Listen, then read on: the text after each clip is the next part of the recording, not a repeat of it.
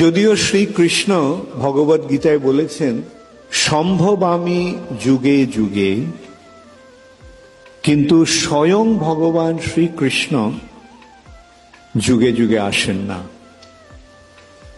স্বয়ং ভগবান শ্রীকৃষ্ণ, যিনি হচ্ছেন ব্রজেন্দ্র নন্দন, শ্যাম সুন্দর, গোপীনাথ, সেই কৃষ্ণ ব্রহ্মার একদিনে একবার আসেন। ব্রহ্মার একদিনের দৈর্ঘ্য কতটা? সহস্র যুগ পর্যন্তম। 1000 দিব্য যুগে ব্রহ্মার একদিন। দিব্য যুগ হচ্ছে সত্যযুগ, ত্রেতা যুগ, দাপর যুগ, কলিযুগ। এই 4টি যুগের সমন্বয়ে একটা দিব্য যুগ হয়। আর সেরকম 1000 দিব্য যুগ বা চতুর্যুগে ব্রহ্মার একদিন হয়। আর স্বয়ং ভগবান শ্রীকৃষ্ণ ব্রহ্মার একদিনে একবার আসেন। কখন আসেন? ব্রহ্মার একদিনে 14 জন মনুর আগমন হয়। তার মধ্যে যে সপ্তম মনু, তিনি হচ্ছেন বৈবস্বত মনু।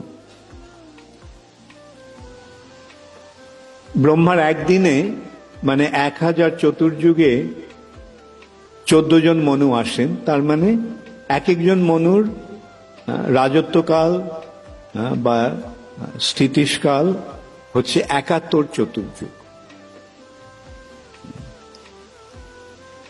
এখন এই বৈবস্বত মনুর 71 চতুর্যুগের মধ্যে অষ্টবিংশতি চতুর্যুগ, 27টা চতুর্যুগ চলে যাওয়ার পরে যে অষ্টবিংশতি চতুর্যুগ, সেই চতুর্যুগের দাপরের শেষে শ্রীকৃষ্ণ, স্বয়ং ভগবান শ্রীকৃষ্ণ আসেন।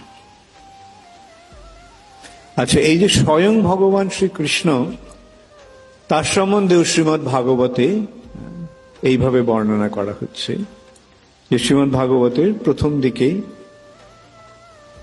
ভগবানের 22 জন অবতারের বর্ণনা হলো, 22 প্রকার অবতার। তারপরে বলা হচ্ছে যে এতে চাংশ কলা পুংস কৃষ্ণস্তু ভগবান স্বয়ং। এই যে অবতারেরা, এরা হচ্ছে তার অংশ এবং অংশের অংশ বা তার অংশ কলা। এই সমস্ত অবতারেরা হচ্ছে ভগবানের অংশ বা কলা। এতে চাংশ কলা পুংস কৃষ্ণস্তু ভগবান স্বয়ং। কিন্তু শ্রীকৃষ্ণ হচ্ছেন স্বয়ং ভগবান। শ্রীকৃষ্ণ অবতার নন, শ্রীকৃষ্ণ হচ্ছেন সমস্ত অবতারের অবতারই। সেই যে স্বয়ং ভগবান শ্রীকৃষ্ণ, তিনি ব্রহ্মার একদিনে একবার আসেন। সেটি কি?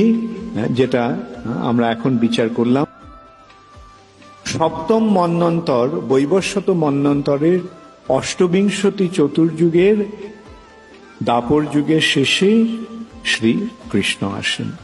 এসে তিনি তার ব্রজ লীলা বিলাস করেন, তার বৃন্দাবন লীলা বিলাস করেন।